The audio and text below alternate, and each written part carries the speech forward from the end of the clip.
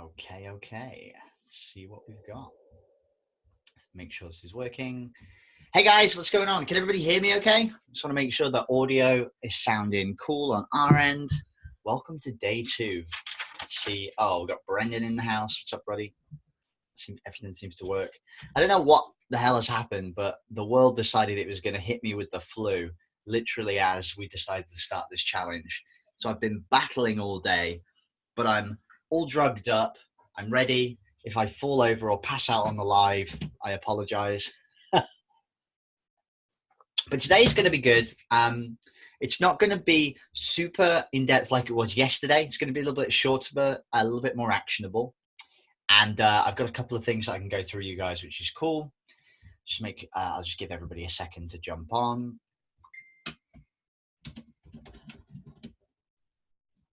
And then we'll get started with you guys. Let's make sure.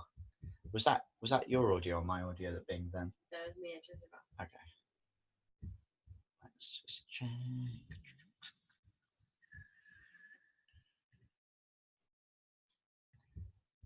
Hey, Laurie.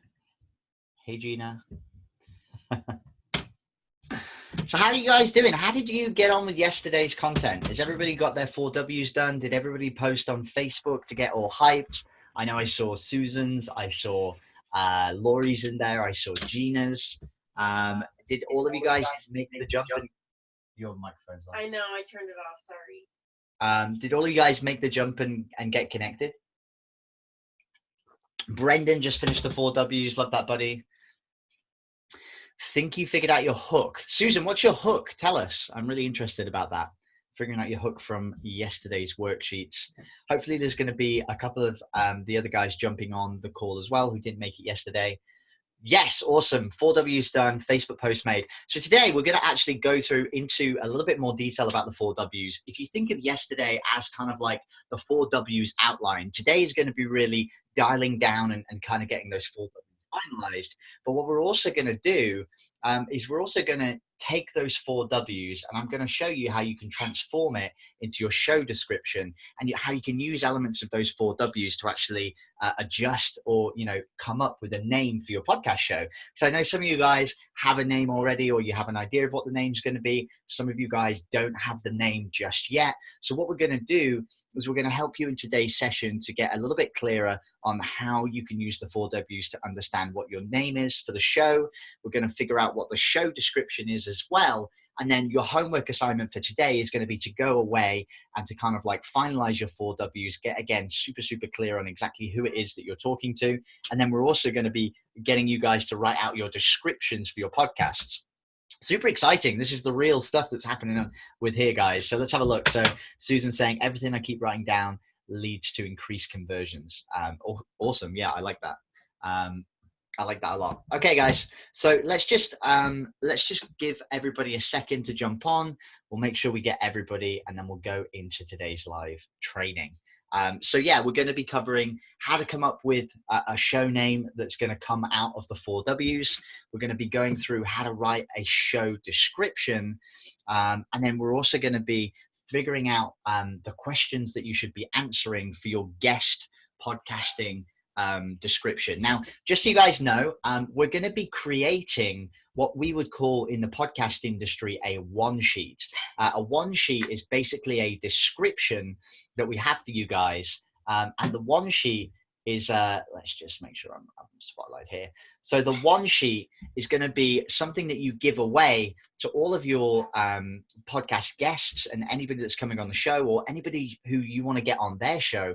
Your one sheet is pretty much like your one-page file. And that's something that you give away to people, which gives them the full breakdown and the full bio of exactly what your show is about. It'll give them how they should introduce you, topics you could talk about on the show, where they can reach you, podcasts you've been featured on. And we're going to create that one sheet for you guys. But today, what we're going to do towards the back end of the session is we're going to begin working on what's going to be on the inside of your podcast description on the back end of it. So we're going to go through a couple different things today, guys. So it's going to be pretty exciting.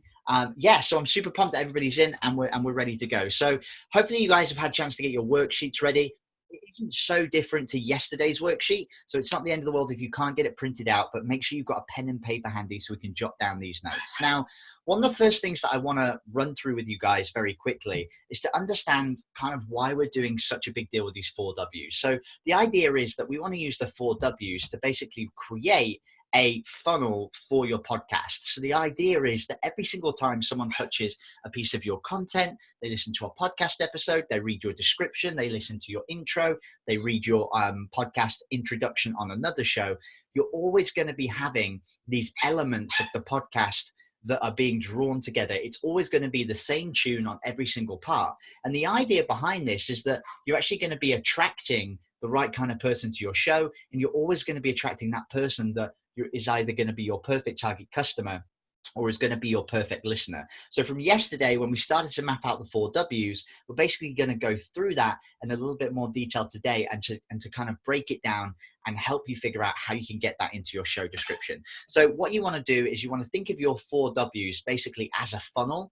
It's going to be funneling everybody that listens to your show, that reads the description, so that they're going down this process and it's attracting the right kind of person to your podcast. And that's going to how we're going to kind of go through it. So what you want to try and understand and try and get as a concept here, guys, is that your 4Ws is pretty much like the core principle of your podcast. It's how your audience is going to understand where you're trying to take them and where they fit into the mold. So hopefully you guys have got a little bit clearer up from yesterday in terms of what the 4Ws are going to be. And what we're going to do is we're going to run through today's session. And I'm actually going to give you some examples of some podcast descriptions that I've seen that people have actually used the 4Ws to create that. So I'll give you some examples. We'll go through kind of talking about what you can do to use the 4Ws to create your description. And then the session for you guys today is going to be mostly just taking what we went through yesterday and going applying it. So it is going to be a little bit of a shorter training today, which is good for you guys because you can just run at it and go and start taking action and put the work in straight away. So let's just run through very quickly what the 4Ws are again. So for some of you guys now, you're going to be a lot clearer, but we're thinking about who is your audience? What are you talking about on the show? Where are you taking them? What's the end result going to be? And why should they listen to you? Now, your worksheet today, you wrote it out yesterday as an idea form. Today, I want you to try and get a little bit clearer on it. When you do the worksheet for today, try and get it a little bit more polished. Try and get it written out a little bit clearer and keep asking yourself the question, is this the right thing? Is this the right person I'm trying to attract to my show? And hopefully by tomorrow, you guys will have this pretty much perfectly outlined. Now, when we're talking about using the 4Ws, I want to first talk about the show name. Now, for some of you guys, it's sometimes difficult to understand about how you can attract someone to your show in just a name. But then you look at a lot of the marketing podcasts out there and you have people that are creating shows like Alex Schaffman, and he has a podcast called the Momentum Podcast. And then you have people like Russell Brunson, who has a show called Marketing Secrets. And, you have Steve Larsen, who's talking about Sales Funnel Radio.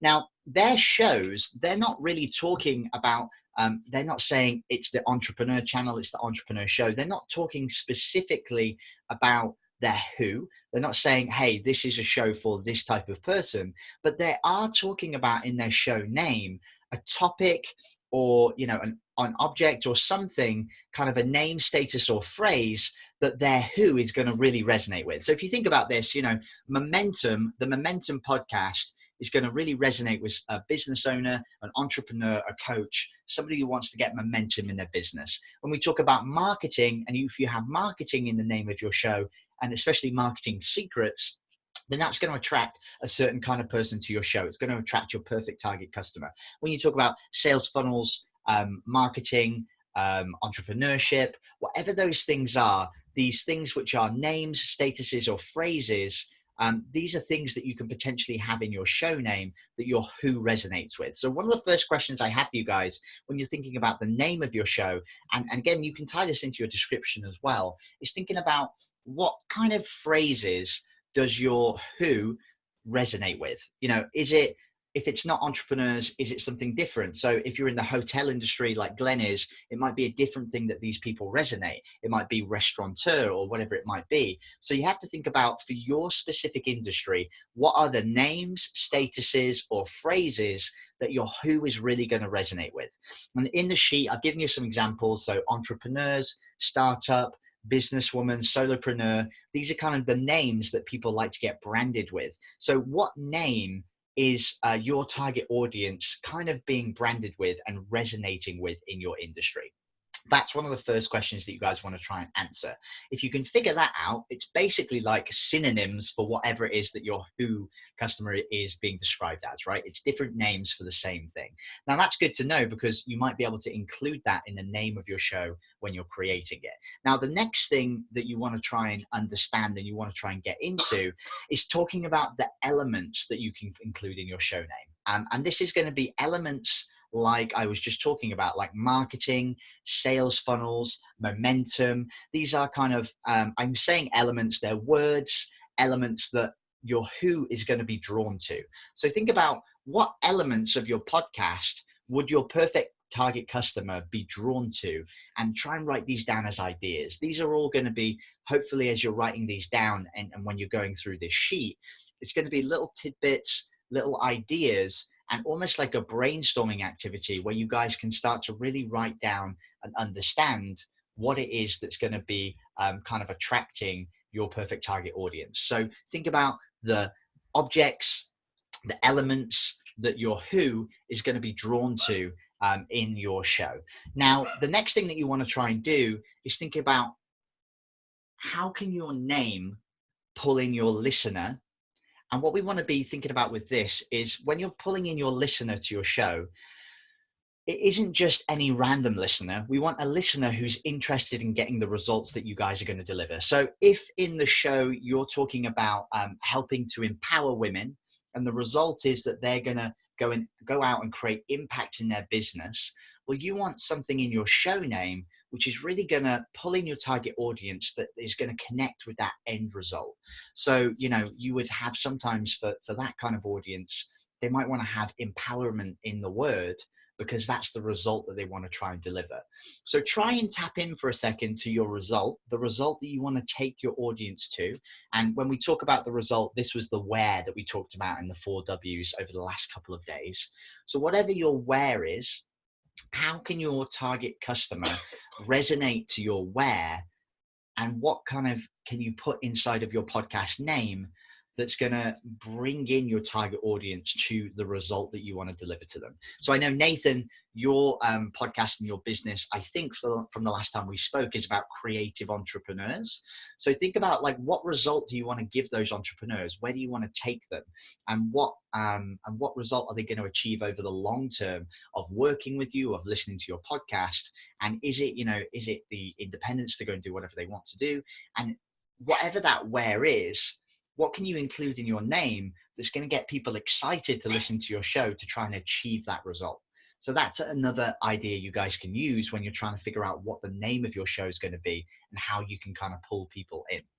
Now, the last thing that I wanted to just talk about with the name really quickly is thinking about a name which can be super descriptive. So think about what name you could use for your podcast that would tell your audience what you're going to be talking about on the show. So for example, there's other people that will call it the interview show.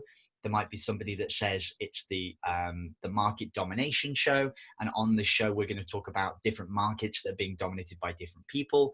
What you can do is you can use your name to tell the story about what you're going to be talking about on the podcast. So with my podcast, for example, one thing that we talk about is we talk about creating mass movements. So we picked the name Entrepreneur Junkie Movement because we want to be talking about movements in the way that the businesses operate. So somebody that listens, we've got the who in there, the entrepreneur. The junkie is that kind of entrepreneur junkie is the person that's kind of super addicted to being in entrepreneurship. And then the movement aspect is what we talk about in the show. But one thing that we could have done as well is we could have named it something different, like the mass movement something, or mass movements within entrepreneurship or something along those lines. So we could have talked about more about the what aspect, which is what we were actually going to talk about on the show. So thinking about these kind of different ideas, guys, hopefully it gives you a little bit of inspiration. And what I would do is I would use this kind of worksheet almost as like a brainstorming session. Even if you've got your name figured out already, just write down all of the different things that fit into these columns and categories. Because what you might find is that even if you're not going to use this for the name aspect of your podcast and you stick with the name you've got, you might pull out some very interesting ideas about things that you can include in your description of your show and in other aspects that we're going to use further down the track. And the purpose of this exercise, and sometimes you guys might feel that we're going over the same thing again. And it really is the case, because the more we go through the one thing, the deeper understanding you guys are going to get. And with this kind of outline being so critical to your podcast in the future, it's really important to flush out all of these ideas and try and get super clear on it in the first couple of days. So hopefully that's okay for you guys. Hopefully you understand. So for this element, we're really just going to be thinking about how your 4Ws can really resonate with your show name. You know, what names or statuses can you give? What elements can pull people into the who? What can you put into your name that's going to take them to the result as well? And what are you going to talk about on the show? Now, the next part is kind of, in my opinion, is going to be super, super productive for you guys. Literally, at the end of this session, you guys should be able to go in and you should be able to write out your show description just based off these 4Ws, which is very, very exciting. Now, just to kind of lay the foundation for what your podcast description should be. A lot of people worry and they're like, oh my God, it sounds like writing a podcast description would be super hard. That sounds like it's going to be intimidating. I'm not much of a writer. All of these different kind of things that are stopping you from taking action. But the truth is that podcast descriptions are very, very short. Usually it's only going to be 3, 4, maybe 5 sentences altogether. And what you want it to do is you want it to be that hook. You want it to be the thing that pulls your audience into wanting to click on your podcast and to listen to your show. Now, there's a couple of things that are going to be driving factors that are going to get people to click and listen to your podcast when they find you in iTunes. So one of our strategies is we're going to try and get you guys into the new and noteworthy. I'm pretty certain that we're going to get every single one of you into it using the strategies we're going to outline throughout this whole lab challenge. But one thing that I want you guys to understand is about how people are going to click through and you're going to get their attention. So the first thing you're going to do is, if you imagine someone scrolling through iTunes and they see you in one of these categories or they see your podcast, the first thing that's going to grab their attention is your graphic, it's your picture. And on Friday this week, we're going to go into bold branding and how you can kind of stand out when it comes to your podcast artwork. Now, the next thing that happens is once somebody clicks on your podcast, and remember, it's only a very small image on your phone. It's not big at all. So once somebody clicks on that, it's going to enlarge the image. You're going to have the show name come up in full. You're going to have the author name, and then you're going to have your show description. So this, if you think of it a little bit like in a sales funnel, this is a bit like someone's clicked on your ad and now they're landing on the squeeze page. And if you guys aren't familiar with sales funnels, the squeeze page is kind of like the page where you're trying to get someone to give you their email address. And most of the time, the most effective squeeze pages are the ones which are very, very high curiosity, but kind of give the person a reason to come and exchange their email address. Now, we're doing something very similar with the podcast description. What we're saying is, hey, this is what our show is about. We want to grab your attention. If you are a perfect customer, we want you to come in and listen to this, and we're giving them a reason to click the play button. So don't worry about it being too complicated, too over the top. And what I'm going to give you guys is I'm going to run through an example of somebody's podcast description who perfectly embodies the 4Ws. This guy is actually the guy that he originally taught me the principle of the 4Ws. So his podcast description is a very, very good outlier. A guy named Zachary Babcock, great guy. So his description, I'm going to read out to you guys so you can understand how the 4Ws can tie together for that example. So the first thing that you want to do, and when it comes to writing out your podcast description, the first thing you want to do is in the first sentence, you want to talk about something that's going to grab the attention of your audience. Now, what I would suggest for you guys is pull out the part of your 4Ws, which is the most exciting. For some of you guys, it's going to be the why statement, because the why statement is about you, what makes you unique. It might be the reason why people are going to listen to this show. And your why statement might be the part that actually grabs the most attention. So look through your 4Ws and try and identify, if I was going to put any of this into the show, which one is going to grab the most attention? Now, the other thing that you guys can do is that if you're looking at your 4Ws and you're thinking, well, Jamie, I'm not sure if any of those are really grabbing my attention that much. They kind of tell me the story. They tell me where I'm going to go. They tell me who my target customer is, but it's not something that's kind of curiosity based. It's not something that's going to pull somebody into the podcast. Now, if that's the case, that's totally cool. And what you can do, and what we're going to do inside your podcast intro, is we're going to start from a point of high drama. We're going to put something in your podcast intro, later on in this week, where we're going to actually say, hey, look, this is the most dramatic point that we're starting from here. Now, in Zach's example, and I'm going to give you guys some examples here, he actually was in prison. And now he speaks to millionaires pretty much every day on his podcast. So for him, when he's introducing people to his podcast description, the way he opens it up is he says, he went from living with convicted felons in prison to rubbing elbows with multi-millionaire entrepreneurs. So he gives this really great comparison. And that is a really big part of the why behind Zach's show. It's the why should you listen to me? It's because I've gone from being at this polar opposite to now on this polar opposite on this side instead. It's that harsh contrast. So for you guys, obviously, you're not necessarily going to have exactly that kind of thing to put into there.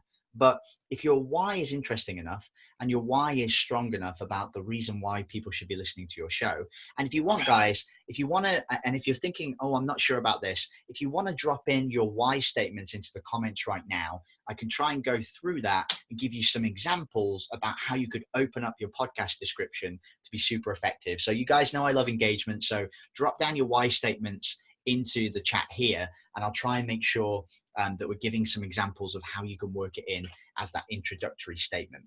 So what you could do is you could talk about part of your backstory.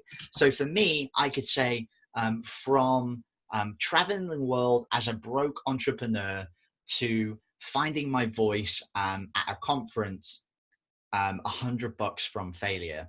My name's Jamie Atkinson, and I'm on a mission to speak to entrepreneurs about the real truth about entrepreneurship. So I can say kind of a bit of my origin story, where I've come from, where I'm going to, and then I can give a reason about why people should listen to my show. And the reason that people should listen to my show is that we talk about the unadulterated truth. We don't talk about the 1% successes. We talk about the real state of entrepreneurship. So that could be an example in the way that I grab attention in the opening paragraph. So we're going to try and get that to happen for you guys as well. So in the opening statement, it's going to be, you could have something along the lines of, from this to this, my name is, put your name inside there, and something relevant about you related to your why can be the thing that you put in after that. So Brendan, this is the why they should listen. So this is the why they should listen to your show. And what you want to try and do is try and make it attention grabbing if you can. And this is why origin stories can be so powerful, is that if you're taking it from where you were to where you are now, that's often quite a leap for a lot of people. Now, for some of you, it might be that you're just starting out, and actually your why is about them following along with the journey, that you don't have all the answers right now, but you're going to be figuring it out along the way. So, for Shauna, for example, I know that you want to be talking about coaching and things like that and your experience. So you could put from 20 years banking experience to throwing it all away so I can live on a bee farm and pursue my entrepreneurial dream. My name is Shauna Cock, and then you would talk about your why, the reasons why people want to be following along with your story. And then the next part after that, and when we're going through this, we can talk about go back into detail about the 4Ws. So you would have your show name. So the Entrepreneur Junkie movement is about and then you would give the example of what your show is about and what you talk about on the show. So let's look at what Nathan's got here. So sharing tangible examples of how creative entrepreneurs scale their businesses and get out of operations. So, okay, perfect. So how they can scale and get out of operations. So Nathan, you might put something like from, busy in cubicles to fulfilling a creative entrepreneur's dream, or whatever that kind of before and after looks like in your origin story. And then you can put, my name is Nathan, and we are sharing examples of how creative entrepreneurs can scale their business. So you would give them that why, and you would try and make it as attention grabbing as possible to kind of pull people in just in that first statement alone. And that's the kind of principle and the idea behind this. Now, once you've got that why statement hashed out, and once you've got the name of your show, you can then start to talk about, well, what is the show about? So, in this next section, the Entrepreneur Junkie movement is about helping entrepreneurs understand and pull through understanding of how you can grow a mass movement. And what you start to do is you turn your 4W statements around. So instead of you saying, my target customer is X, you start to say, the Entrepreneur Junkie movement is for this type of customer. So the Entrepreneur Junkie movement is for entrepreneurs who are seeking to create mass movements in their business. So instead of me saying, my customer is the person that wants to create that movement, you twist it around, and in your description, you say, the Entrepreneur Junkie movement is about helping entrepreneurs like this do this. So let's have a look with Susan. So why? Follow along as I learn the strategies from top internet marketers today to grow my movement and amplify my impact. Really great why, Susan. I think that's really cool. So and immediately you can, again, the from statement at the beginning can be pretty good. From this to that tells a little bit of your story. And what's cool about that is it teases it, So if, for example, Stephen Larsen on his podcast, if he said from broke and pedaling through San Francisco, or from broke and sleeping on the floor because I couldn't afford a conference ticket, to running $1 million business. My name's Stephen Larsen, and the show is about this. So that before and after creates curiosity in your story. And what we're going to do is, in the first couple of episodes of your show, we're going to create an intro episode which gives them this kind of teaser anyway, and then we're going to have that element of your backstory coming out more in the show itself. So one thing that can be really cool about putting that kind of from and to aspect at the start of your podcast description is that it helps to give people that kind of teaser aspect of, hey, this is my story. But then people want to know more about the story, and I would try and make it, as engaging and interesting as possible in that kind of first statement. Then you start to turn around the statement. So the next part is, what is your show about? Who is the show for? So, the Creative Entrepreneur Show is for entrepreneurs who are looking to find creativity and to step out of their comfort zone and scale their business. On the show, we talk about, and then you go into details about that. So while we're just talking this out, and Nathan, just drop down the question in the chat, and I can come to that in just a second once you're ready. Just in the meantime, I'm going to read out this example of Zach's podcast description, because it's very powerful and it follows this strategy almost perfectly. So I'm going to read it to you guys. His podcast is called The Underdog Empowerment. So you guys can go and check this out if you want to have a look at it in more detail. But let me just read this to you. So, from living with convicted felons in prison to rubbing elbows with multimillionaire entrepreneurs, my name's Zach Babcock, and I'm a student of psychology, business, and marketing with a broad perspective from both extremes of life. So in that first sentence there, he's telling us, hey, this is the attention grabber. From convicted felons to rubbing elbows with multimillionaire entrepreneurs. And then he slips in his why. He's a student of psychology, business, and marketing. So this tells us about what he's interested in, and he has a broad perspective from both extremes of life. So that's his why, that's his statement that's in there. So for some of you guys, you might have something like, so let's just see. So with Nathan, your example of creative entrepreneurs scaling and getting out of operations, you might talk about helping people understand how to scale up when they're just focusing on that creative aspect. So the next part he talks about is, I share everything I learn about getting and keeping attention, productivity, and mindset so you can defy the odds and level up.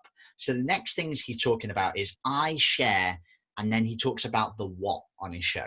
So what are you sharing on the show? So what is it that you're talking about on your show? So whatever your what statement is for your podcast, the next thing you want to do is say, I share, or, we talk about, or on the show we go through, and you can have that kind of introductory statement and then share your what. And again, it's just one simple sentence. So we've had the first sentence is that introductory. The second sentence is that I share this about this, and it's your what statement.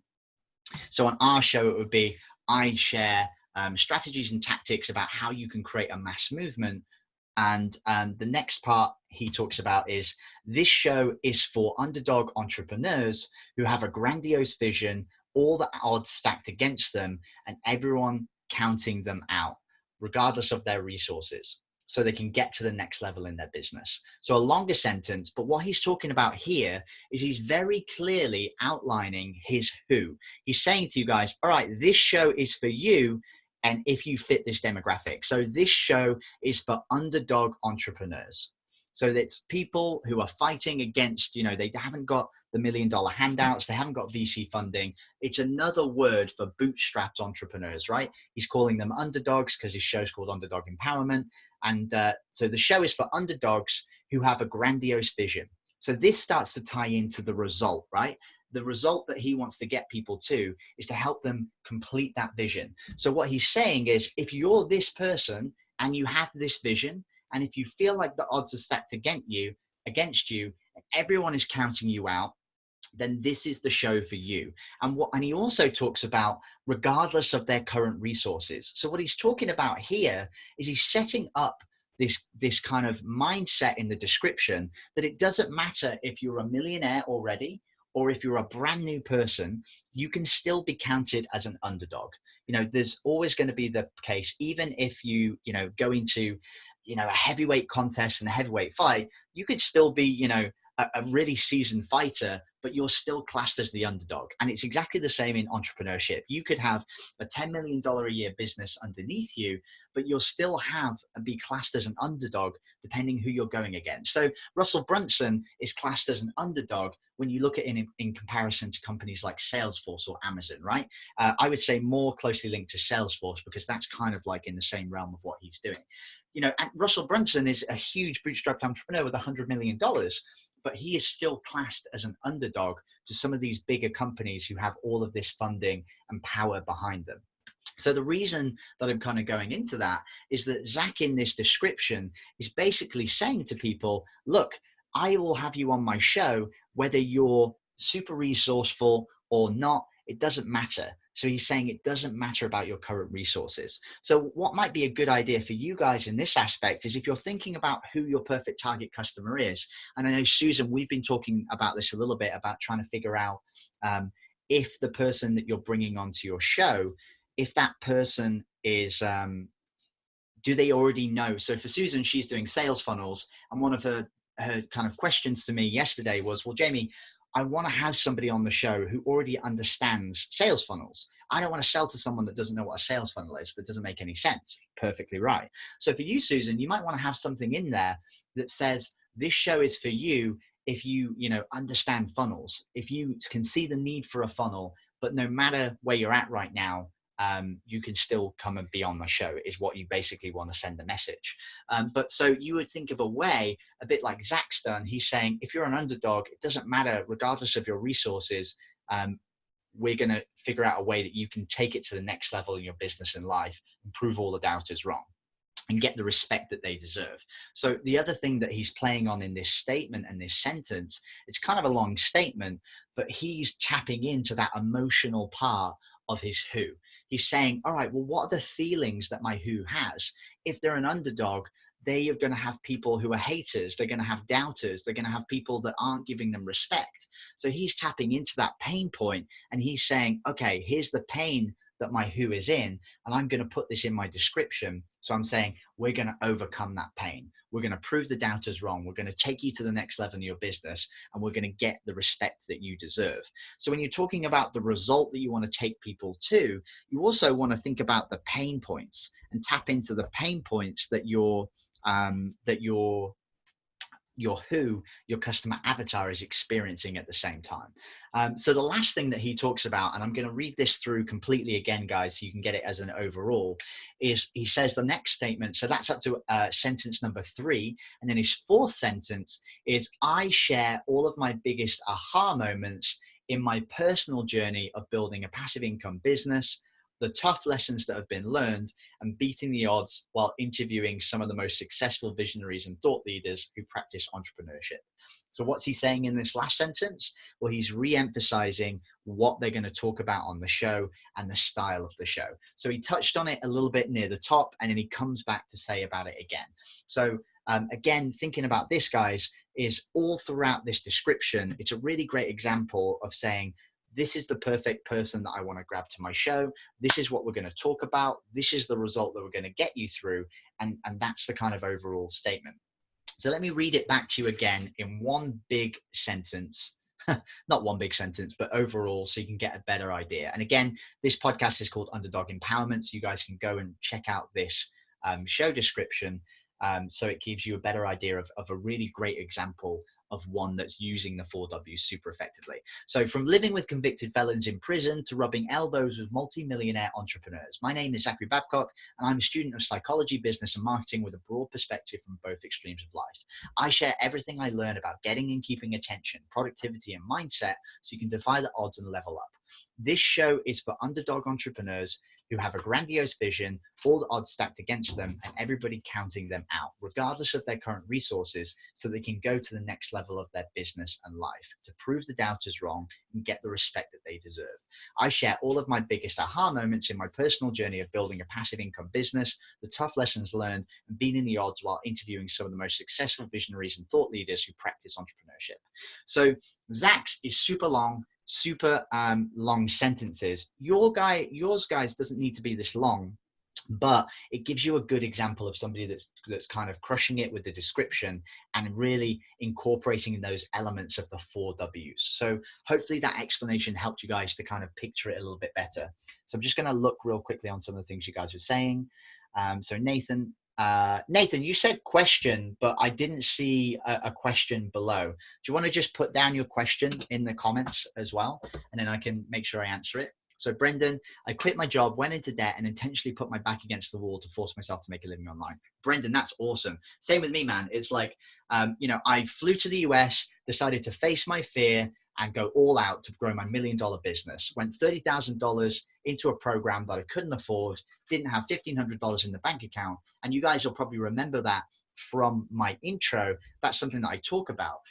Flew in, went all out, and then kind of go through that kind of element. So if you've got that really cool origin story, and again, guys, that sounds really dramatic, and I guess it is when you think of it, but in the moment, it didn't feel that dramatic. It still was a big event for me. But what you'll find is that you have to have a little bit of a drama around it. You have to have that kind of excitement, that kind of bringing it to the next level. And that can be the kind of exciting part about it. And it's creating that curiosity while driving forward all of the excitement that you have about the show.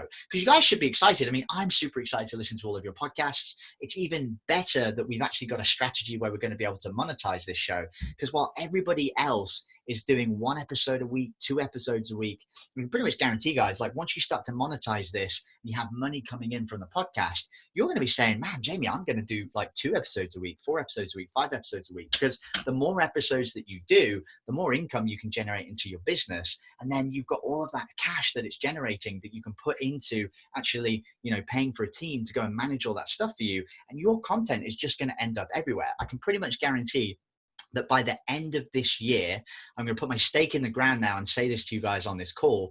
I'm going to, so this time next year, by June next year, I'm going to try and be the category king in podcasting because I'm going to just put out masses and masses and masses of content. And the reason that we can do that is that by using the podcast, we're able to generate income, and that income we can put back into that creation of content and that process. So it's allowing us to stack and stack and stack this kind of value up on that top level. And it's really, really exciting. And it's this amazing journey that you're going on.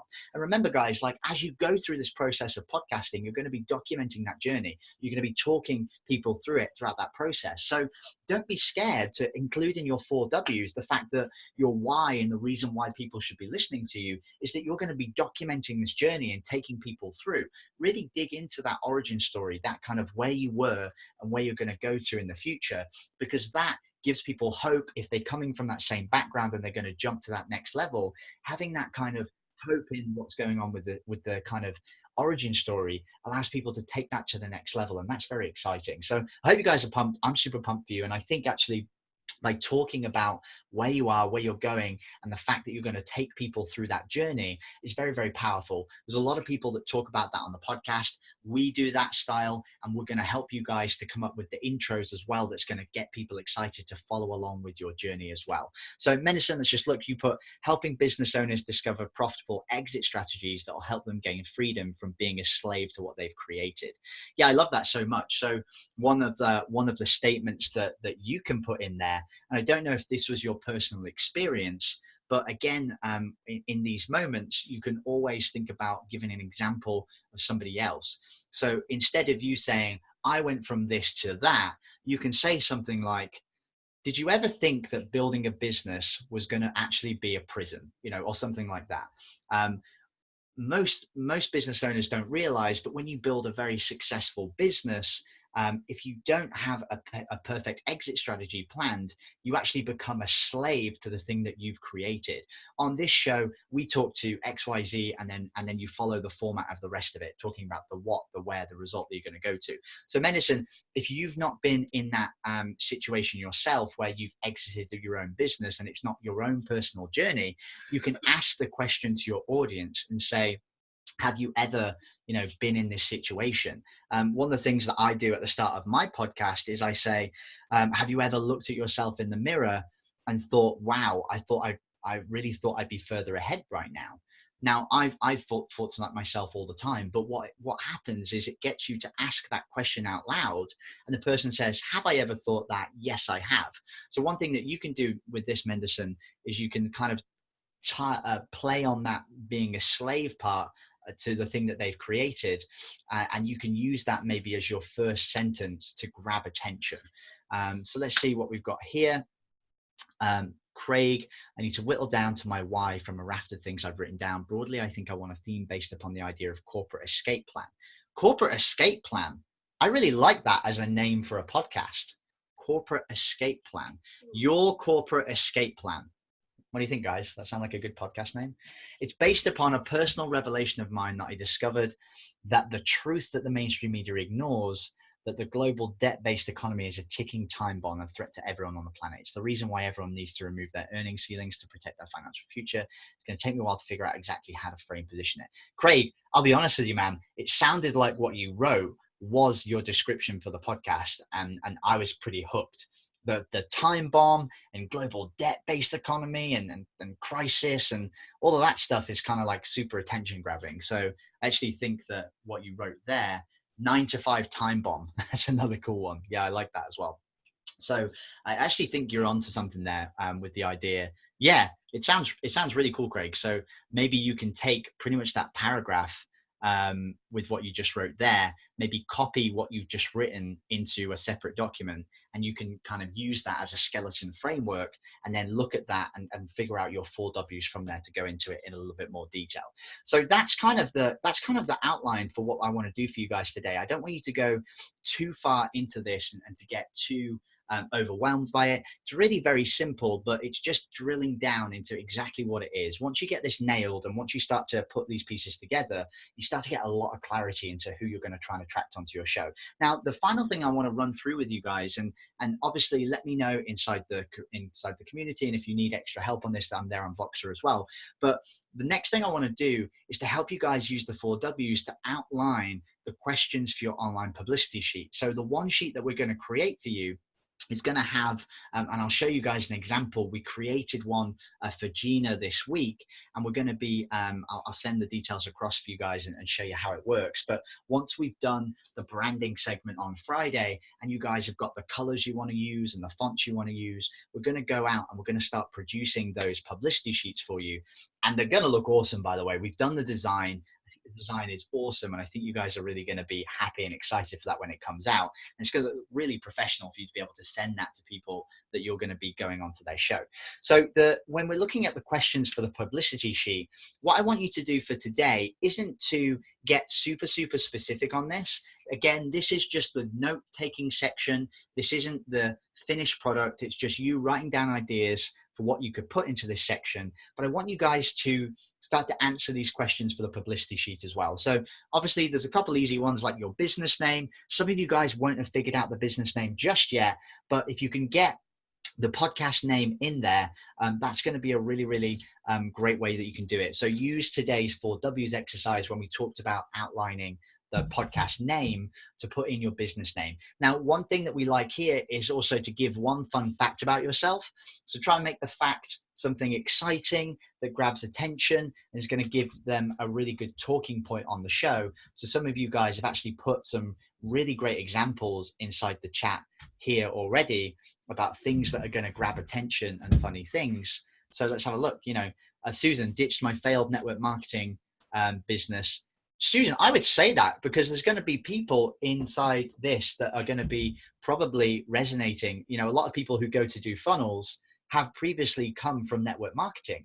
So, you know, it's probably a good idea to be super open and transparent and to talk about the fact that you had a network marketing business and it failed, and then you wanted to move into something business, and, you know, it put you into debt.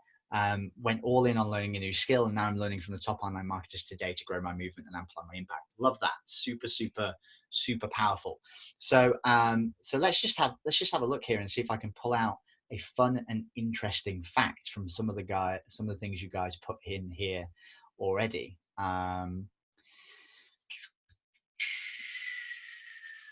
Yeah, so Craig, that I love the 9 to 5 time bond thing. I really like that idea. So for this element for you guys is you want to be answering these questions. It's in the day 2 worksheet. You want to put a fun fact about yourself. You've got obviously your contact details, and then you want to put in a couple of things. The first thing that's really important for somebody to know about when you come on a show is to have a pre-frame. Now, a pre-frame, or kind of like your suggested introduction, is and you have what's called a state change a lot of the time when you have introductions.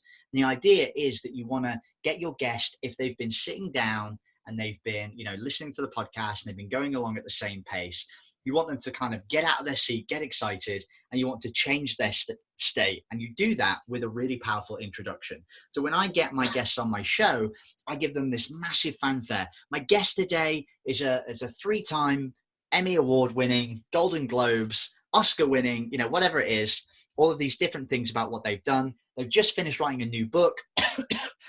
And they're helping, you know, XYZ. My guest is, and then whatever their name is.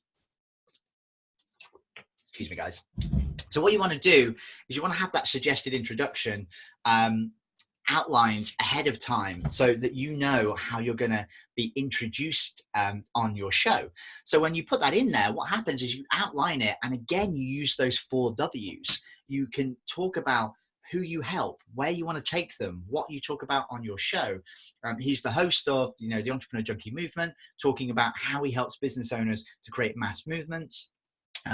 He helps online businesses massively capitalize using podcasts. What you can do is create this pre-frame, and then what that does is when you get introduced onto a podcast using that outline and description, it gives you this really great high status, and introduction. But also what it does is when you give this sheet to the person that's going to be interviewing you, it makes them think, holy shit, this person's got it together. They're doing like something really, really amazing. So a suggested introduction is really good. I'd also give them a mission overview. So maybe 1 or 2 sentences that is your kind of overviewed mission statement.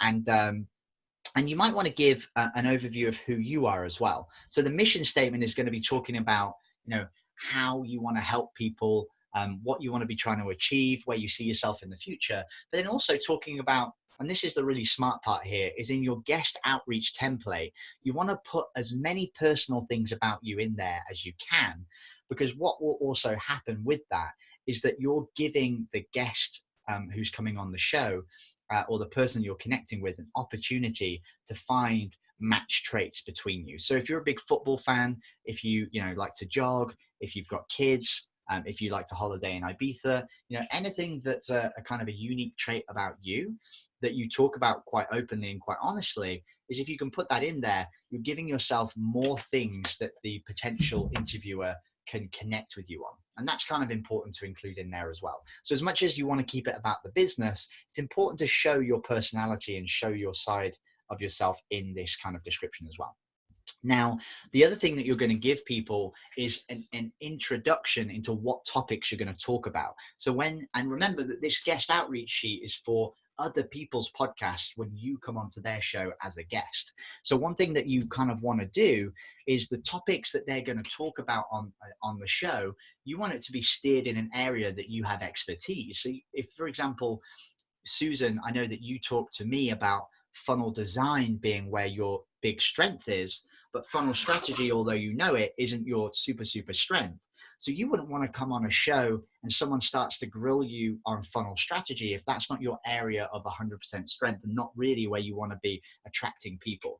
So by saying and putting forward topics that say, I want to talk about the design of funnels, I want to talk about this, I want to talk about that, you can give them some pretty good ideas of topics that you can talk about where you can bring the most value. So that's going to be useful. And another thing that you can also put is some questions that could be asked that would be beneficial to the listeners to hear your answer. So, if you've got kind of stories already that you can bring forward, or you've got some questions that you can answer really well, give those questions to the interviewer. Say to them, hey, you should ask me this because I have a kick-ass answer to that that's going to be really valuable for your audience. What you want to do is you want to make it as easy as possible for the person that's on the other end so they can see, oh, this interview is going to be really easy. There's going to be tons of value. And I would also put inside there, and when you're filling in this sheet for the ideas, I would also put about what free value can you give to their audience? Is there something that you can give away for free? Is there something that you can say, hey, I'm going to give your audience this for free, and because that's another thing that will increase their status. Now, getting this kind of one sheet worked out very, very well and making it very appealing makes it a whole lot easier to get on other people's shows, because you can pretty much say, hey, I would love to come on your show. And then when they say, well, why should I come on your show? You can say, well, I actually have this professional one sheet. Let me send it to you and see what you think. And then straight away, they get a really good overview about you, all your accolades, what you can talk about, the value you can bring, how you're introduced to the show. That kind of highlights all of your kind of highlight reel of the most amazing things. And it gives you this, it's almost like a CV. It's almost like a kind of a job application thing that you're giving to these guest interviewers to say, hey, look, this is how awesome I am. You definitely want to have me on your show. And by having that as an asset is going to be very powerful. But remember, while you're filling out this all the time, the reason I'm getting you guys to fill out this guest, this kind of one sheet now, is while we're talking about the 4 W's, while it's fresh in the forefront of your mind, because everything that you talk about surrounding your podcast and your business, you want to try and make it so that those 4 W's are acting as a funnel. So when somebody introduced you on the other show, when you give them that introductory statement about what you do and who you help, when you talk on the show about topics, the questions that you ask and answer with, all of these things are going to be bringing back to those 4 W's. So even when you're on other people's shows, you're attracting the audience that you want to attract. You're sharing what you want to talk about, and you talk about the result that you try and get those people, so that if you pull those people from that show back to your show, you know they're going to be the right fit. By having the 4 W's in both the outreach part on other people's shows and on your show, it means that the right kind of people are going to be attracted, but they're also going to feel like the show that you're putting out is a really good fit because they've listened already. And it's about that continuity between offers. And it's the same with, Facebook ads going to a funnel. If your Facebook ad is written and it talks to one person, but then your funnel looks completely different and talks to a different person, there's a continuity error there. People don't understand the link, and it's the same. And you want to make it as congruent as possible. Not continuity, congruent was what I meant to say. And you want to make your interviews on other people's show as congruent with your show as possible, because then you're going to attract the right audience. They're going to come to your show and they're going to be like, holy shit, I made the right decision. This is the right show I should be listening to. And they're going to really buy into your brand. So hopefully that's clear for you guys. Let's have a look at Brendan's. I graduated college, applied to over 100 jobs. Love it. I never thought having about a sheet like this. No. And Susan, what's cool about this is when you get that sheet singing from your 4 W's, and then when you get interviewed on these other shows and you're again talking about the 4 W's. And the reason I'm talking about this so much is that every time you pick up a microphone, I want you to be thinking, bloody hell, Jamie is going to be on me if I'm not thinking about the 4 W's at every point. And the reason that I'm on you guys for it is that it's so effective when you have that kind of clarity in everything that you do. So if you do that on other people's shows as well as your shows, and you give them this sheet which also hits on those points, it's going to give you much better insight. So guys, remember that part of the practical work that you're doing today, it's kind of a draft. And then on day 3 and day 4, we're going to finalize those details a little bit more. Day 4 is when we're going to get the finished and polished version of that one sheet answers written out. And I'm going to give you a type form to go and put those details in. So you can literally take your notes and everything that you've done. You can go to this type form, and type form is just like a questionnaire, and you can literally write it out into there. And then what's going to happen is when we go and create those podcast sheets, try and make it as good as you can. Try and make the copy as good as you can. We're obviously going to look over it as well with my copywriter to make sure that it's sounding good and it's written well. But we're going to go in and then we're going to produce the graphics on the back end and create this one sheet for you. So you're going to have that asset done and dusted, which is going to be amazing. So that's super exciting. And what we're going to try and do, guys, is if you can make sure that you get this nailed and you make sure that you fill in that questionnaire on Thursday, we should be able to have these one sheets and everything ready. As long as you give me all the assets I need, the picture, the answers, and you tell us on Friday after we've done the branding and you say, okay, Jamie, this is the color I want and all that. And we're going to make it really easy for you to do that. But as long as you do all that work, I should have this to you by Sunday. And then we can all automatically start to do this outreach. And we can say, hey, I want to come on your show and I want to do this. And there's going to be more about that over the next couple of days as well, as we start to put the motions and we start to put things into work so that we can start to get you guys featured on other people's podcasts. So I just want to open everybody up now to doing a quick Q&A. So you guys can go unmuted. You can, put on, you can try and put on video. Let me know if the video works. If it doesn't, oh yeah, I think it's working because Brendan got his sorted. So feel free to unmute and anybody can just come out on the floor with any questions or insights or anything you want to share.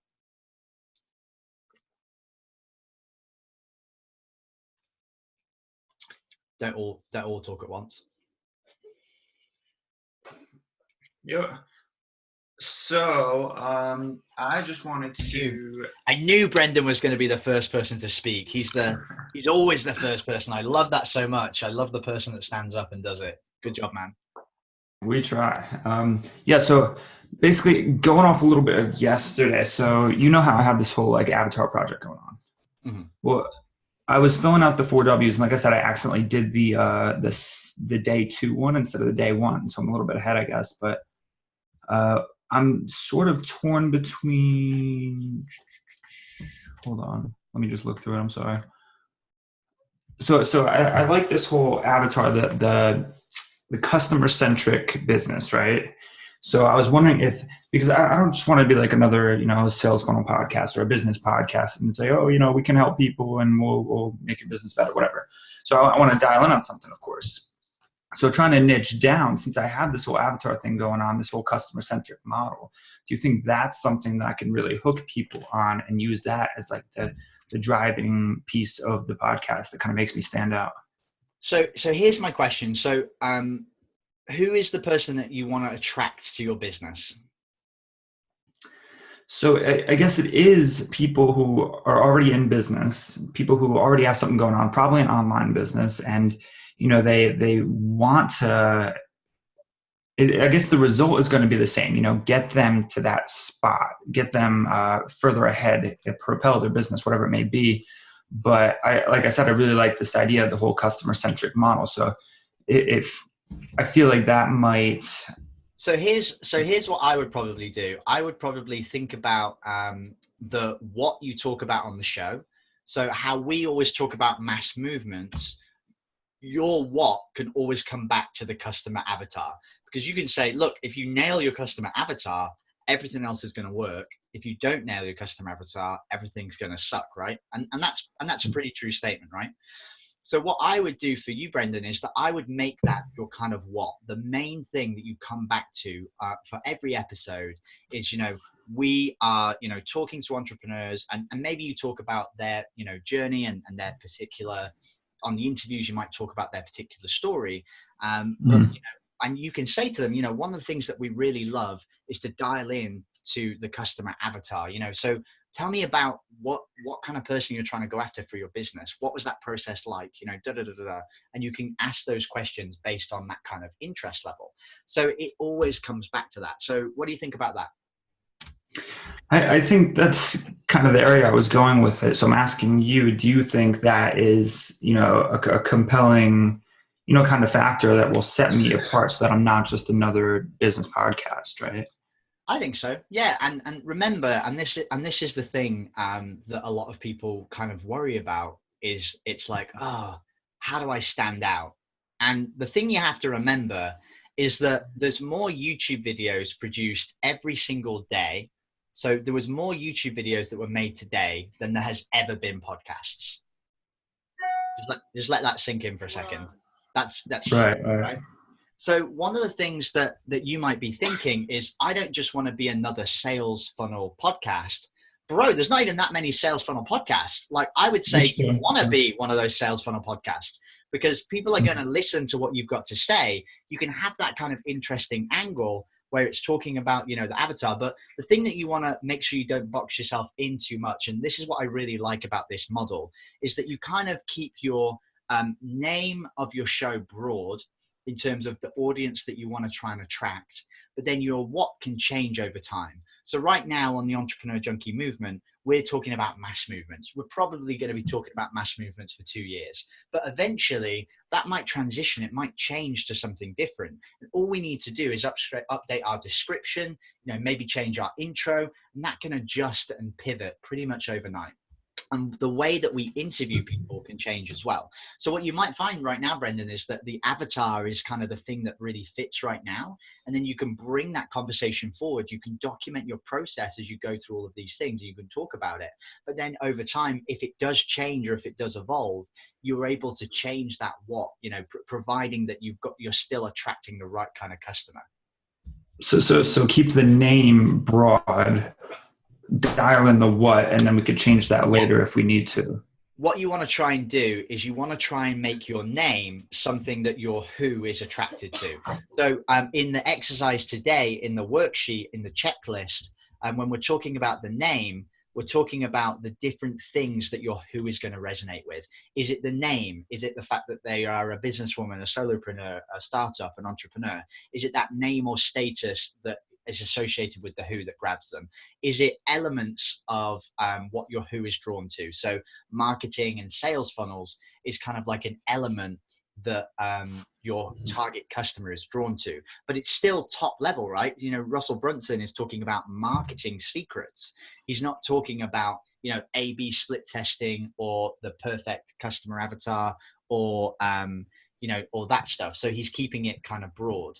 Or you can think about you know, what result do you want to get people in the long term? And your result in the long term isn't going to be you figure out your customer avatar. Your result in the long term is you're going to use sales funnels to create a long-term business with huge impact, right. Something like that. So if you try and keep your name kind of into those things. All right, Nathan, thanks for, he's got to jump off, I think.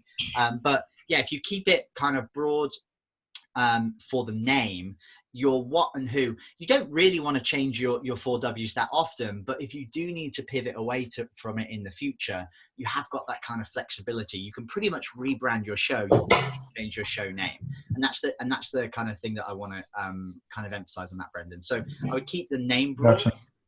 I really like the idea about talking about that in the what. And really you just want to ask yourself the question, is that useful for the audience? You know, so for me, all my audience, you know, I'm interested in helping them create their businesses. So when I'm talking about, hey, how did you create your mass movement? What mistakes did you make when you were creating your mass movement? That's really valuable for the audience. So I would think about what way could you position the customer avatar. So it's not so much about, hey, this is what you want to go and do. It's like, well, how is that useful to the audience? How do you give them the result? Yeah. Okay. Gotcha. It's useful. Cool. Thanks, man. All right. Cool. Appreciate it. How's everybody else doing? Anybody else got any questions they want to bring forward? Hi. Hey, Craig. I'm not sure. I don't know whether I actually have a question. I must admit to being surprised and pleasantly surprised at the feedback that I've received from you, Jamie, and from one or two others in the comments regarding the idea that I've posited already. And from that response, I actually feel that I've perhaps made more progress than I felt I had before coming on this session. In terms of the broad idea, I'm still working on the avatar, but I think although this message needs to reach as many people as possible, in my opinion, in terms of the people that I'm looking to help or who the ideal avatar is, it's going to be someone that is fairly, they're probably middle management in a large corporation, the ideal client, someone that is probably going to have money to invest in starting up their own business or possibly as an aside to their existing job. In the current, because of the state of the global economy and the fact that I do believe there's a ticking time bomb, I don't want to encourage people. I don't want to be seen to be encouraging people to go into debt in order to do this thing, which is why I think my avatar needs to be someone with disposable income. So yours is almost like someone who wants to start a side hustle, but they're already in a good position with their job, right? I think so. Yeah, I am. I am that exact person. You know, running their own business full time in the long term. I think that's who my ideal person probably is. Nathan, did you just say that's your ideal customer as well? No, I said that's me. That's you. Oh, really? Yeah, I'm a full-time employee at Microsoft, and I'm looking at 2015. You know, like 2020. Or excuse me, like 2030, right? Like there is a ticking time bomb in my mind, which is why I got involved with ClickFunnels, which is why I'm doing this podcast, because I'm actively getting out of corporate America, you know, to define my own future. So a lot of the stuff you're talking about resonates very heavily with me. Oh, well, that's great to hear. Thank you. Thanks, Nathan. Really appreciate that feedback. So one thing I would think about, Craig, and it's going to be useful that Nathan is kind of like your perfect customer here, but think about, you know, what pain point is that person in that propelled them to go and look for what's kind of going out there. And maybe Nathan can shed some light on this, but was there a particular pain point, Nathan, that you came across that made you kind of go in the direction of ClickFunnels? Maybe it wasn't a pain, maybe it was something different. I wouldn't say it was a pain. It was more of for me. I'm driven by passion, and like looking at what I'm doing. Although I make great money, there's a part of me that's like I'm at the like my success depends on the health of my company and the health of my manager, and I just don't like that anymore. I'm 37. I've had a successful career, and now I want to branch off and do my own thing. And I like as well what you're doing, Nathan, is kind of tapping into that creative part. And I wonder if there's actually a lot of people in that kind of position as well. It's a lot of people, when they want to create their own business or they want to create something, it's sometimes more creative. It's more free flowing. It's more what they want to do. So maybe Craig, that you could talk about different ways, and here would be a really good way, is that you could talk about different ways that people have done it or want to do it. And I would think about, I would also think about what you want to have as the connecting business on the back end. Because one thing that might be kind of difficult to do is that what you could do is get people who are in that position where they want to make that jump. You could get them on the show, but it might be difficult if they haven't already made some headway in it, if you know what I mean. So, for example, you could get Nathan on your show, and Nathan could talk about all the things he's doing in his business while he's still working full time. You can see how that who is a little bit more defined, right? Nathan isn't thinking about it. He's gone out there and he's building a business. He's still got his job, with Microsoft, but he's building out those things. So you could interview him on the show. He could talk about his experience. You find out about his origin story, the why, the reason why he's feeling like he wants to do this, really digging deep into that. And then, but he's still the kind of person who maybe you could offer, your product or service to on the back end. I'm sure Nathan's sick of being salty by this point. He's spending money like that does actually raise an interesting question in my mind. It's been rattling around while you've been talking about that. Maybe Nathan has an insight to this. I do know that for a lot of people in the corporate world, because of the nature of things like moonlighting, that's a phrase that's sometimes used. Some people might be reluctant to appear on a show like that because they don't want their corporation to know that they have a side business. So I think then, I don't know yet, but there may be a challenge finding many people in that position who are actually willing to talk about it. So I think that's a really good point. And I think that, and this is important to think about as well, Craig, is that what kind of product or service do you think you would offer that kind of person? What do you think, where do you think you'd be able to help them? I honestly don't know at this stage, because I've only just had this idea. It's one of the reasons why I had doubts when I posted originally, is that it's such a new idea to me. Just broadly, I thought initially I might be looking at more of a journey, and I'd be looking to bring on board interviewees who actually provide products and services, business services that might help those people to effect their escape plan. Where I would produce a product that fits with all of that, I haven't got that far yet because it's such a new idea. Because I was batting around different ideas for quite a long time, and I kind of stumbled across this as an idea. So I've got some feedback from you. Continue that out yet. Possibly a funnels Can you guys hear me okay? Yeah, we can hear you, Nathan. It's a bit of a bad line. It sounds a bit shouty, but we can hear you okay.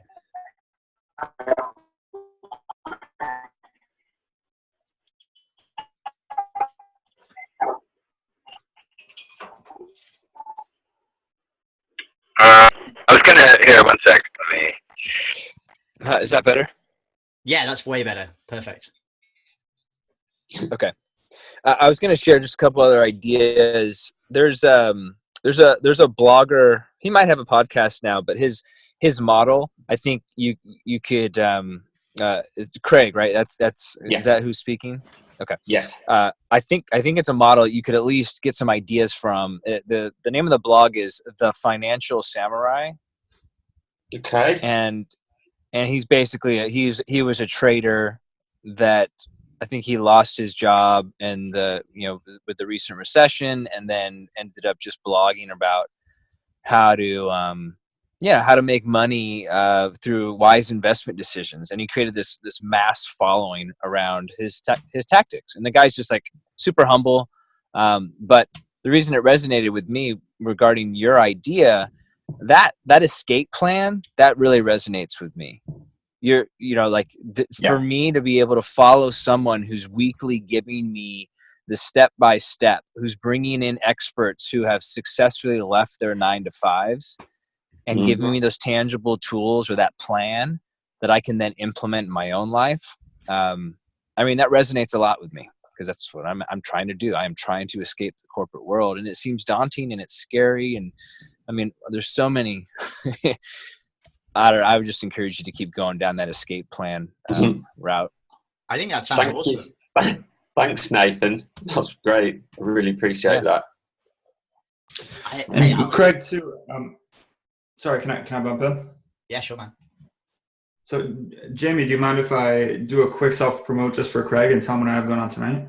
Sure. Yeah, no worries. Yeah, so Craig, basically what I do is I've developed a way to where people can build out all their funnel strategy around that perfect avatar. So today actually starts for me the beginning of a 3-day masterclass that I'm doing, where basically it's all about defining your customer avatar and then learning how to develop offers and sales messages and all of that stuff to target that person accordingly. So day one, which is probably going to be the most relevant for you, which is tonight, is basically, figuring out who that is and, who they are, how to speak to them, things like that. So, it's at 9 p.m. Eastern. If you'd be interested, I can invite you to the group and you can watch the replay if you can't make it. But I'm sure you can get some insight out of there one way or another. Sounds good. I do. Yeah, thank you. So I'll look up your name on Facebook and just send you the link over to that. It might be helpful. It's not necessarily exactly what you're doing, but it could help you out. You should be in the messenger chat. I just want to thank Laurie, who's just posted some feedback as well. Thank you, Laurie. Do you want to jump on really quickly and just kind of share a bit more about what you were saying? Because that sounds really cool, actually. Yeah. Can you hear me okay? Yeah. Can you guys hear me okay? Mm-hmm. Yes. Can everyone hear me? Jamie? Uh-huh. I can hear you. It's very faint. You seem to be, to me, a lot quieter than everybody else. Come on, Laurie, loud and proud. Shout it out. Right. I'm getting a little closer to the computer here. I usually have a microphone hooked up to my laptop, but I'm in the process of moving, and so everything is disarray. Okay, so from a copywriter standpoint, what we do is create drama and emotion and entertainment along with the information. So when you said that you were afraid that you weren't going to be able to find people to interview because they would be afraid of losing their corporate job if their corporate job found out that they had this side hustle, my first thought was, you're not going to have a problem finding people because there are a bazillion people in all these different marketing groups who are doing that exact thing. But what you can do is enterprise on that idea and let your audience know that that is a legitimate fear that people have. People are afraid of losing their jobs by stepping out and doing something outside of the corporate world, and there are chains involved in that. That's slavery. That's control that they're trying to get out from under and ride both sides of that journey at the same time. Yeah. And so if your initial, like we talk about hook, story, offer. So your hook can be, if you are someone who is afraid of both losing your job and giving the best years of your life away to your job, and you don't know how to, kind of ride that line between growing this side hustle and paying the bills, then this podcast is for you. And then you get the people who either, gave their corporate job the finger, or who have a corporate organization that supports them in the idea of, growing. And so, for example, back when, 15 years ago, my ex-husband worked for Dell, and I really felt this push to move to Uganda, East Africa, and teach at a boarding school for orphans. We thought he would have to leave his corporate job and we would essentially be like supported missionaries to Uganda. Well, the woman in Uganda that we were working with said, you will not lose your job. And that gave us this faith to be able to say, hey, we want to move to this third world country. This was 15 years ago. People didn't work remotely. Would you be willing to let us work remotely and continue to get all the benefits and stuff of, the corporate job? So what ended up happening is he kept the job. We came back 7 months pregnant and had all the benefits to be able to, pay the hospital and whatever for the, birth and stuff. But what he found in that process was sometimes you think that you're not going to be able to get the freedom that you want from the corporation, but then you're surprised at how, they perceive one of their employees doing this philanthropic work in a third world country and how it looks good to them, for them.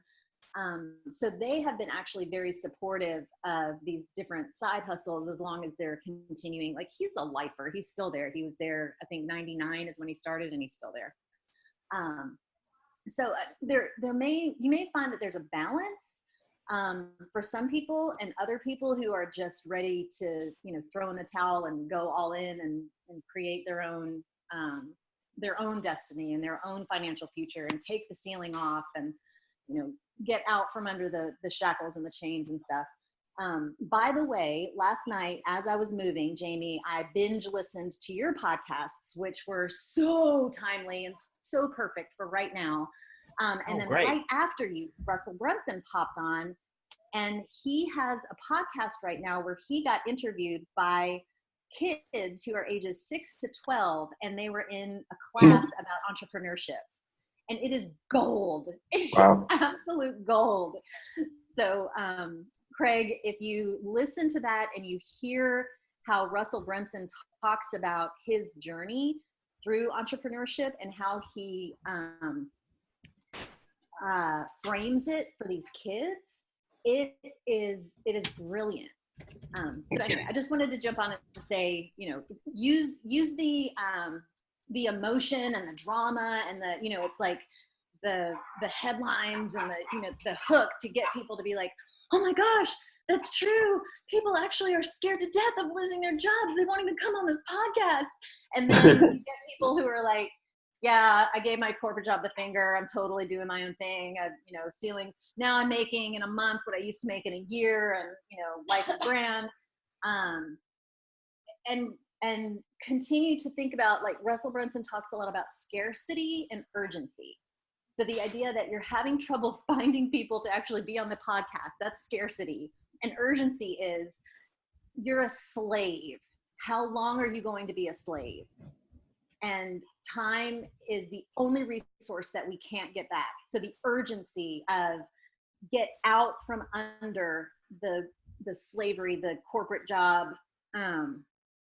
I wish you could see me. I'm like, I'm like doing charades to show you. Should be like this right now. Like, this boulder, yeah. Get out from under the boulder, push it off, and be free. And I'll visualizing while you're doing it. All right, I love you guys. Thank you so much, Laurie. Thank you. Sure thing. That's great. Good voice for podcasting as well. She's going to be awesome. I love this so much. Yeah. Oh, thanks. So Craig, that was a lot of voiceover work. I'm an actress, so I kind of I love that. like I love to tell stories. Do you really, or did you make that up?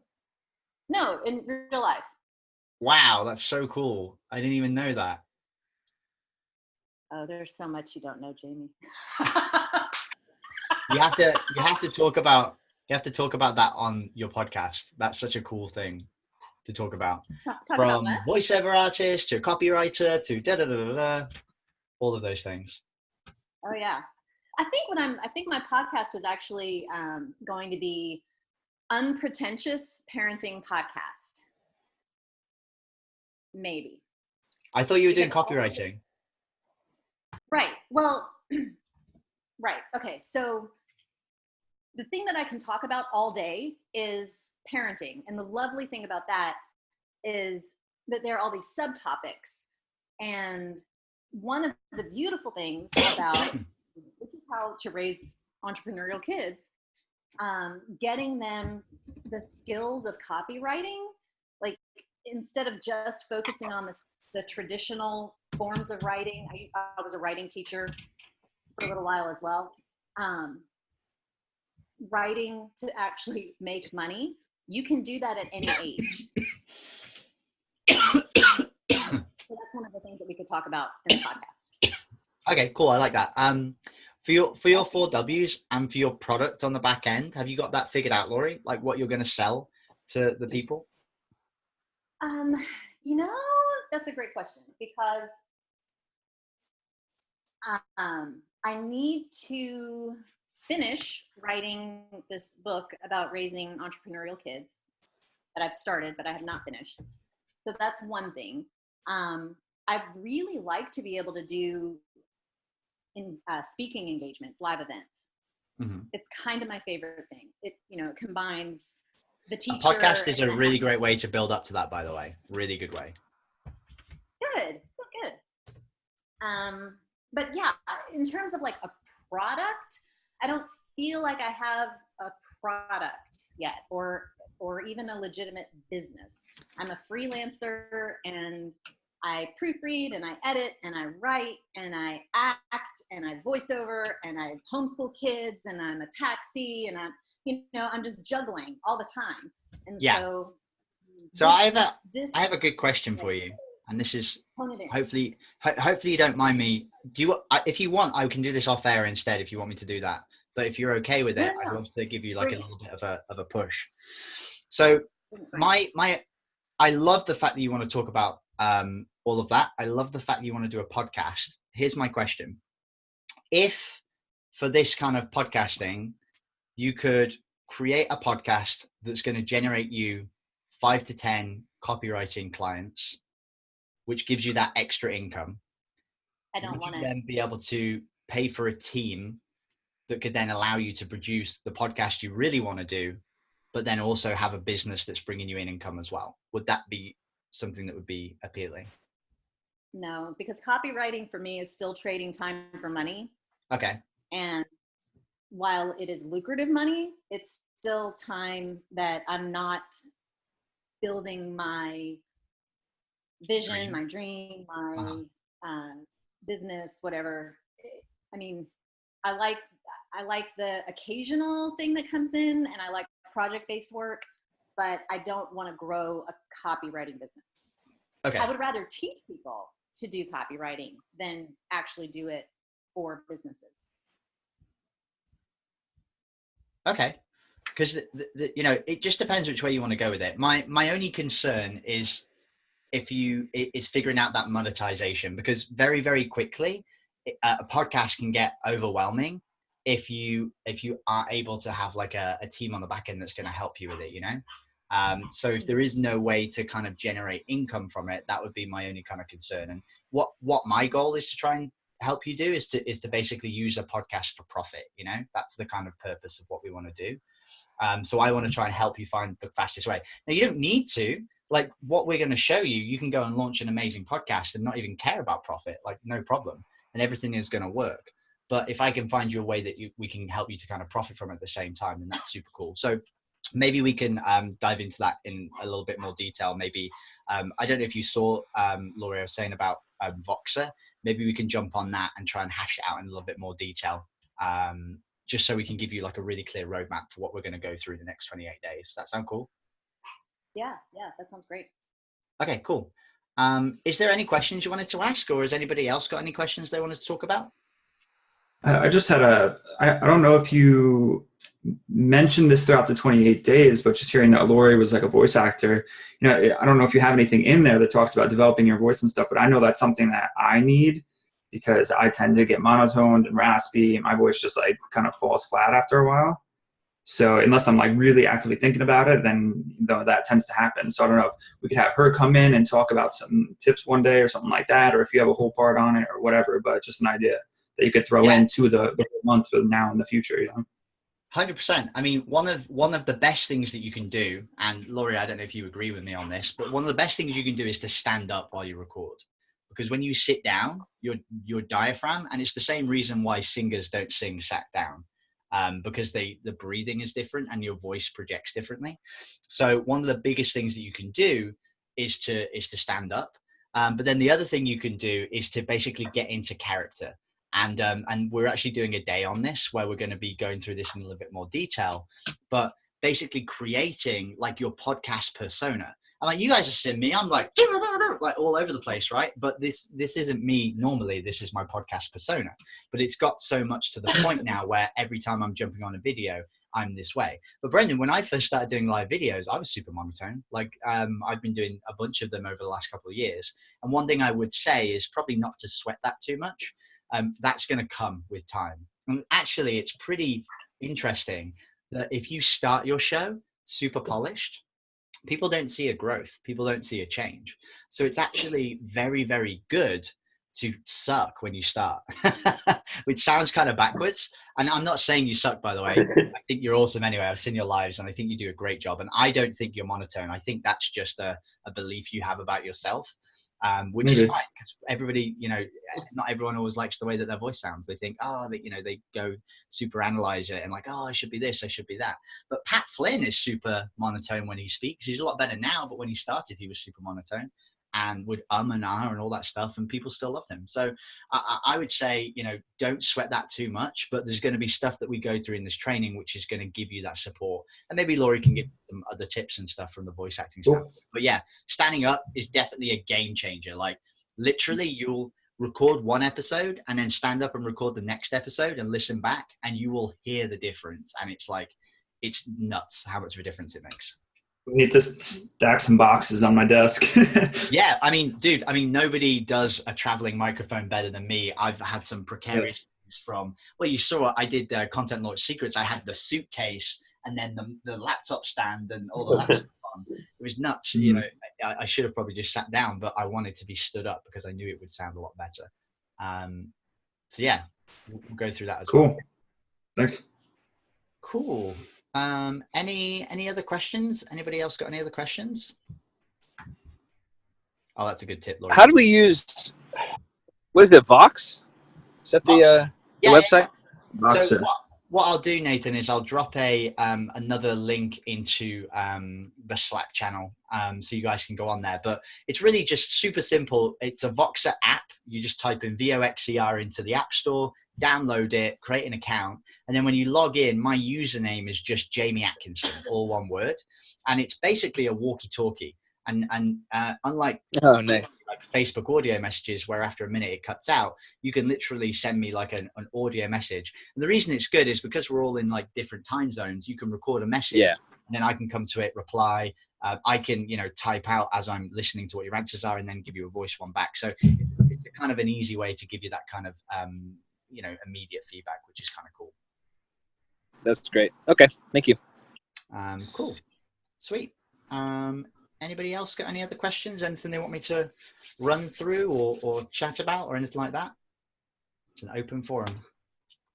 Do we have, I know I missed yesterday, are we doing the follow-up at the end of the day, like the Q&A, end of the day Eastern?